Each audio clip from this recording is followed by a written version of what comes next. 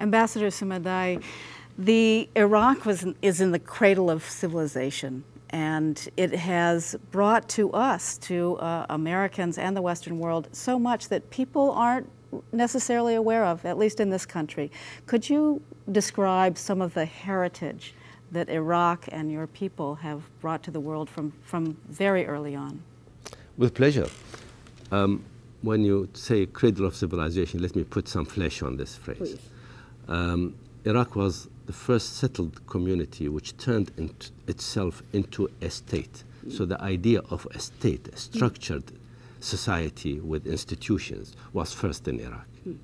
Iraq was the first society to invent the wheel, writing. Written laws were first promulgated in Iraq. And if I can just take you away from all this, there are many, many, many firsts, but the concept of a week as an arbitrary length of time was first used in Iraq as a pattern of work and rest. That was long before all the religions we know. That's the Sumerians, the 7-day unit. Yeah. 5 days, the Sumerians decided that it's a good length of time where you work for 5 days, then 1 day for family chores and 1 day for complete rest and recreation.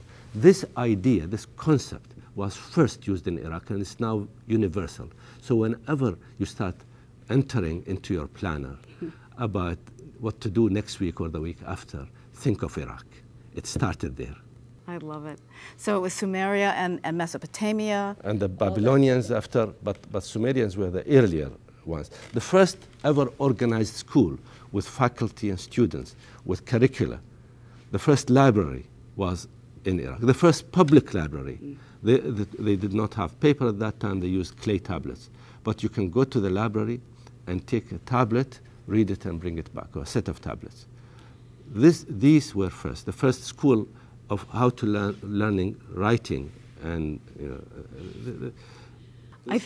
I think for me one of the most devastating things in 2003 was the raiding of the museum. Well, heartbreaking for us.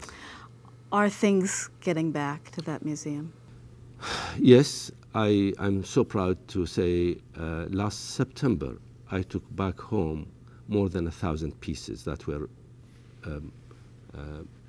collected from items which were looted and smuggled. The museum lost about 15,000 pieces. There were many other pieces looted from archaeological sites. Iraq has nearly 70,000 archaeological sites. Iraq is one large archaeological site. About half of the pieces that were looted from the museum have now been returned, and we are after the rest. Thank you. Pleasure.